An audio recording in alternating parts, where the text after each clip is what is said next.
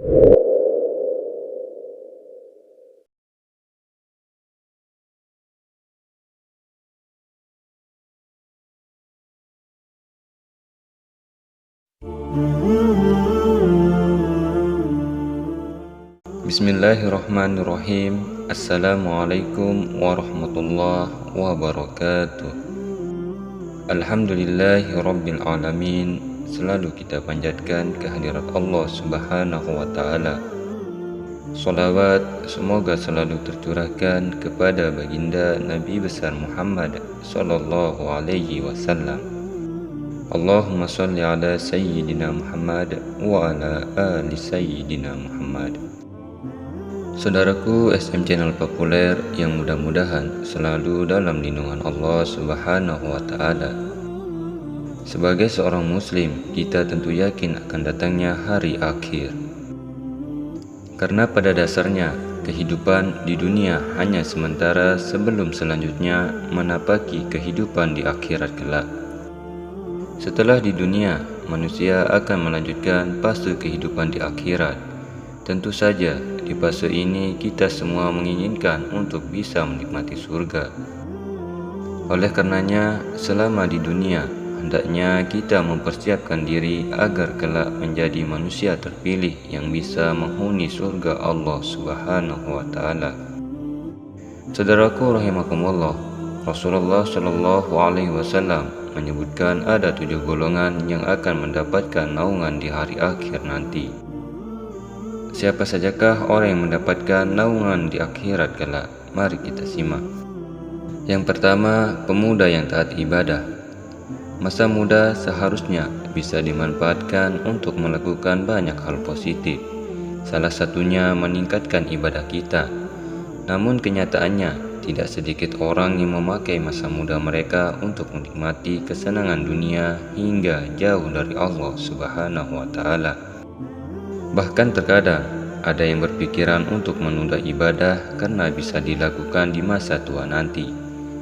Padahal itu adalah pemikiran yang sangat keliru, karena pada dasarnya kita tidak tahu sampai kapan kita akan masih hidup di dunia ini. Yang kedua, pemimpin yang adil. Allah subhanahu wa ta'ala berfirman dalam Al-Quran surah An-Nisa ayat 58 yang artinya, sesungguhnya Allah menyuruh kamu menyampaikan amanah kepada pemiliknya. Apabila kamu menetapkan hukum di antara manusia, hendaklah kamu tetapkan secara adil. Sesungguhnya Allah memberi pengajaran yang paling baik kepadamu. Sesungguhnya Allah maha mendengar lagi maha melihat. Kemudian yang ketiga, pria yang hatinya dekat dengan masjid. Banyak laki-laki yang melupakan pahala besar yang menanti mereka untuk sholat di masjid dan lebih memilih sholat di rumah. Sedangkan Rasulullah Shallallahu alaihi wasallam mengatakan, jika seorang laki-laki keluar dari rumahnya setelah berwudu dengan niat untuk sholat wajib berjamaah di masjid, pahalanya seperti orang yang pergi haji. Yang keempat, 2 orang yang saling mencintai untuk mendapatkan ridho dari Allah subhanahu wa ta'ala. Perasaan cinta yang ada pada diri manusia hendaknya bukan hanya sekedar suka. Lebih dari itu, cinta yang sesungguhnya ialah cinta yang didasarkan untuk meraih ridho dari Allah subhanahu wa ta'ala. 2 orang yang saling mencintai dan saling bertemu dan berpisah karena ridho Allah akan berada di bawah naungan arsy Allah subhanahu wa ta'ala. Yang kelima, orang yang menjauhi zina. Seorang pria yang tergoda oleh seorang wanita yang sangat cantik untuk hubungan terlarang yang kemudian menolak tawaran ini dengan mengatakan, "Aku takut kepada Allah." Maka orang ini akan berada di bawah naungan singgasana Allah subhanahu wa ta'ala pada hari kiamat kelak. Yang keenam, orang yang bersedekah dan menyembunyikannya. Sedekah merupakan salah satu amalan yang sangat dianjurkan untuk dikerjakan. Sedekah bisa dilakukan dimanapun, kapanpun, dan oleh siapapun. Namun, sedekah yang paling utama adalah saat kita melakukan sedekah sedangkan tangan kiri kita tidak mengetahui apa yang telah diberikan tangan kanan kita. Artinya, sedekah yang kita lakukan hanya diketahui oleh Allah dan kita saja. Bukan tanpa alasan, salah satu hikmah yang bisa kita dapatkan saat bersedekah secara sembunyi-sembunyi adalah agar terhindar dari rasa bangga karena pujian duniawi dari orang lain. Dan yang ketujuh, orang yang senantiasa mengingat Allah meski sedang sendirian.